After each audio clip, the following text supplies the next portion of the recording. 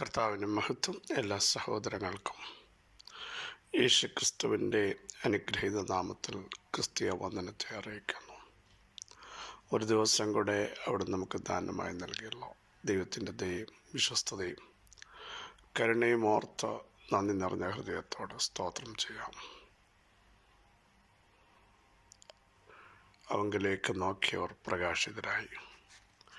അവരുടെ മുഖം ലജ്ജിച്ചു പോകാൻ അവിടുന്ന് ഒരു നാളും അനുവദിക്കുകയില്ല. ദൈവത്തിങ്കിലേക്ക് മനസ്സുയർത്തുന്ന ആരും പരാജയപ്പെട്ടിട്ടില്ല. ഞാൻ എൻ്റെ കണ്ണ് പർവ്വതങ്ങളിലേക്ക് ഉയർത്തുന്നു. എൻ്റെ സഹായം ആകാശത്തെയും ഭൂമിയെ ഉണ്ടാക്കിയ യഹോവയിൽ നിന്ന് വരുന്നു. സൃഷ്ടിതാവിൽ നിന്നാണ് നമുക്ക് സഹായം വരുന്നത്. സകലത്തെയും ഒറ്റ വാക്കുകൊണ്ട് ഉളവാക്കിയ കർത്താവിങ്കിൽ നിന്ന് നമുക്ക് സഹായം വന്നാൽ അതിനെ തടയാൻ ആർക്കും കഴിയില്ല. സൃഷ്ടിച്ചവൻ നിന്നാണ് നമുക്ക് സഹായം വരുന്നത്.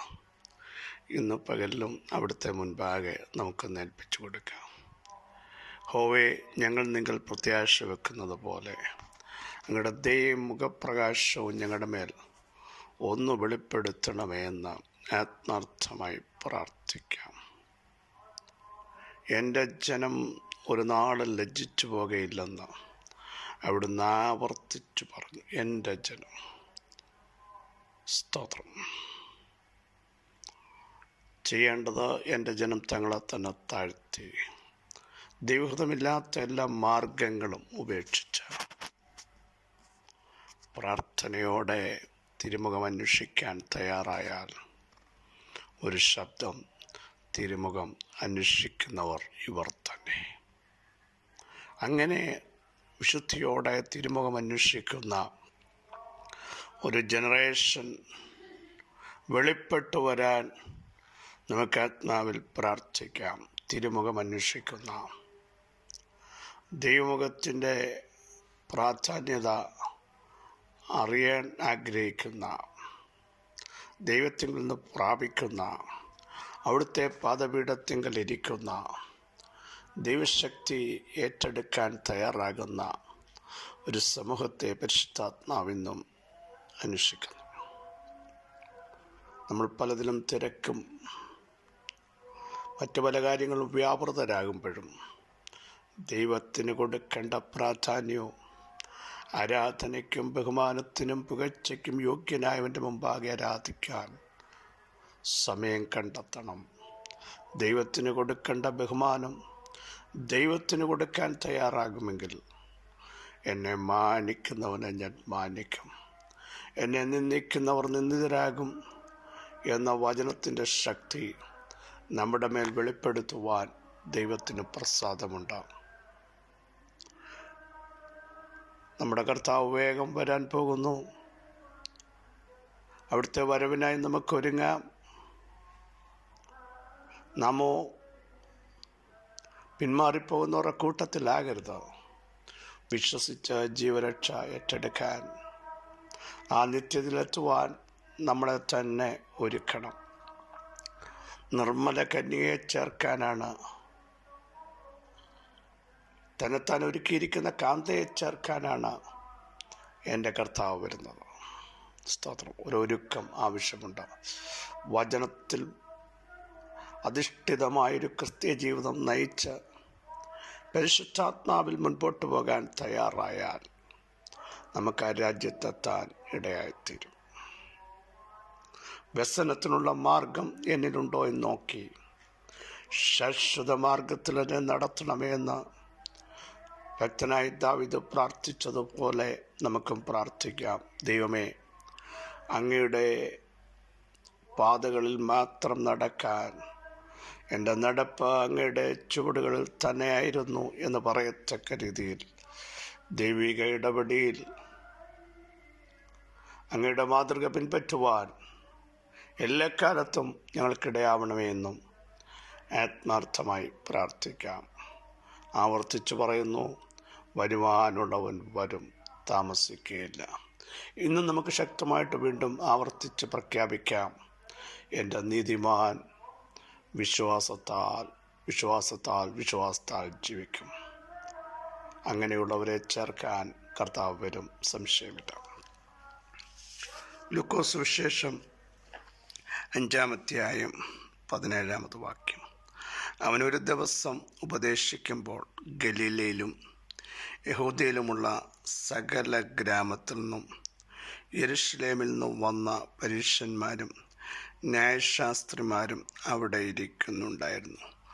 സൗഖ്യമാക്കാൻ കർത്താവിൻ്റെ ശക്തി അവനോട് കൂടെ ഉണ്ടായിരുന്നു. യേശു ഉപദേശിക്കുമ്പോൾ അനേക ഗ്രാമങ്ങളിൽ നിന്ന് ആളുകൾ കൂടി വന്നു. അതിൽ ശാസ്ത്രിമാരുണ്ടായിരുന്നു, പരീശന്മാരുണ്ടായിരുന്നു. യേശു എന്ത് ചെയ്യുന്നു എന്ന് കാണാൻ, യേശുവിനെ വാക്കിൽ കൊടുക്കുവാൻ, തർക്കിക്കുവാൻ, വാദിക്കുവാൻ ഒരു സമൂഹം എപ്പോഴും ഉണ്ടാവും.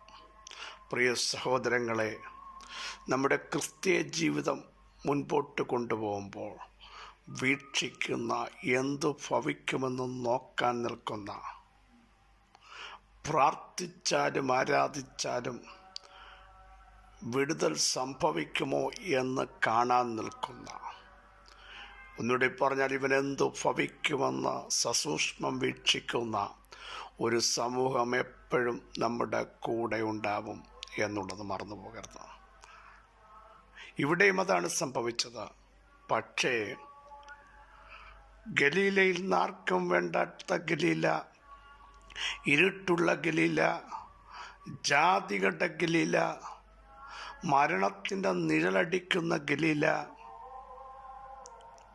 പ്രതീക്ഷ നഷ്ടപ്പെട്ട ഗലീല, പ്രത്യാശയ്ക്ക് ഭംഗം വന്ന ഗലീല, ഒതുക്കപ്പെട്ട ഗലീല, അവിടെ നിന്നും അനേകർ യേശുവിൻ്റെ അടുക്കൽ വന്നു.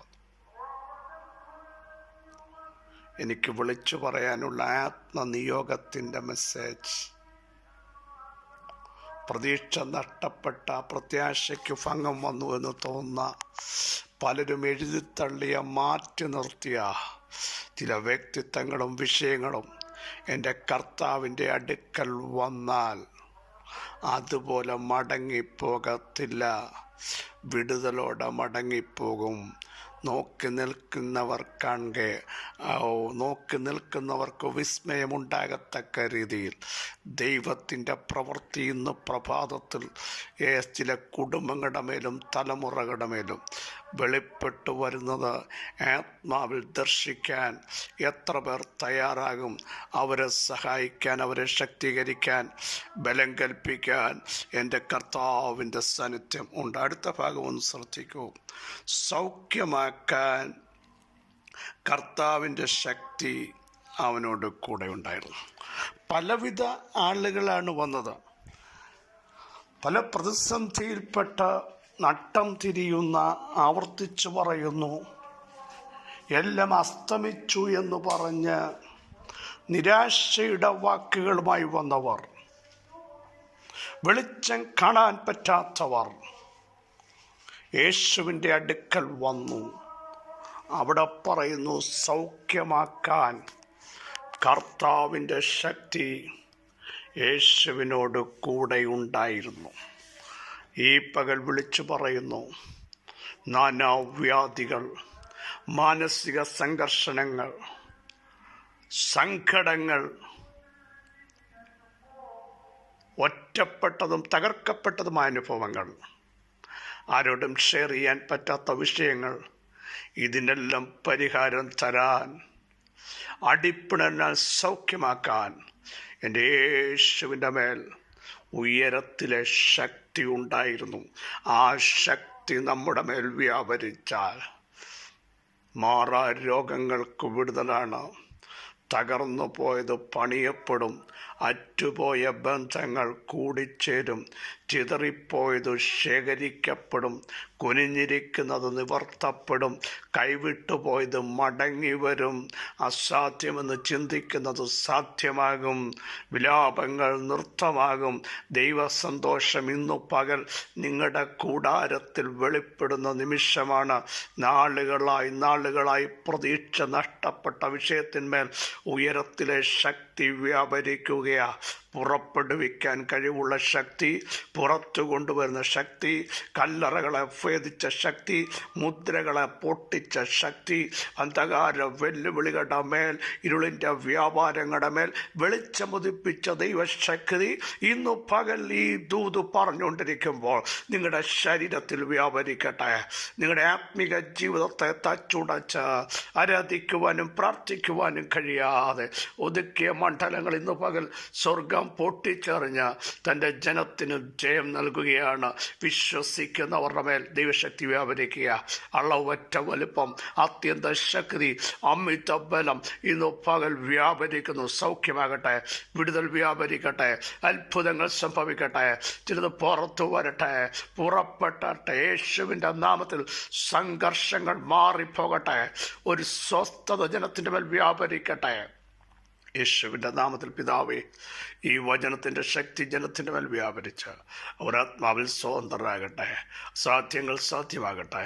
തിരുമഹത്വം ഇറങ്ങട്ടെ. അനേകർ വീക്ഷിക്കുവാൻ വന്നു.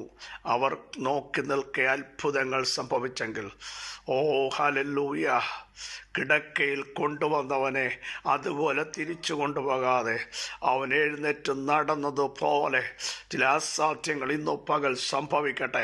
എഴുന്നേൽപ്പിക്കത്തില്ലെന്ന് പറയുന്ന പാരലൈസാക്കിയ ചില വിഷയങ്ങളുടെ മേൽ അതിനെ കുതിച്ചെഴുന്നേൽക്കുമാറാക്കുന്ന വ്യക്തിത്വങ്ങൾ ചാടി എഴുന്നേൽക്കുന്ന പ്രത്യേക നിമിഷമാക്കുന്നതിനായി സ്തോത്രം. ഈ ബലത്തോടെ ഇന്ന് പകലോട് നിങ്ങളെ നയിക്കും. സകല മഹത്വം അങ്ങേക്ക് യേശുവിൻ നാമത്തിൽ തന്നെ. ആമേൻ ആമേൻ. പ്രിയരേ, ഉയരത്തിലെ ശക്തി ഇന്ന് പകൽ നിങ്ങളുടെ മേലും വെളിപ്പെടും. അത്ഭുതങ്ങൾ സംഭവിക്കും. കർത്താവ് ഞങ്ങളെ സഹായിക്കട്ടെ. ക്രിസ്തയേശുവിൽ നിങ്ങളുടെ സഹോദരൻ പാസ്റ്റർ ബിജു മാത്യു.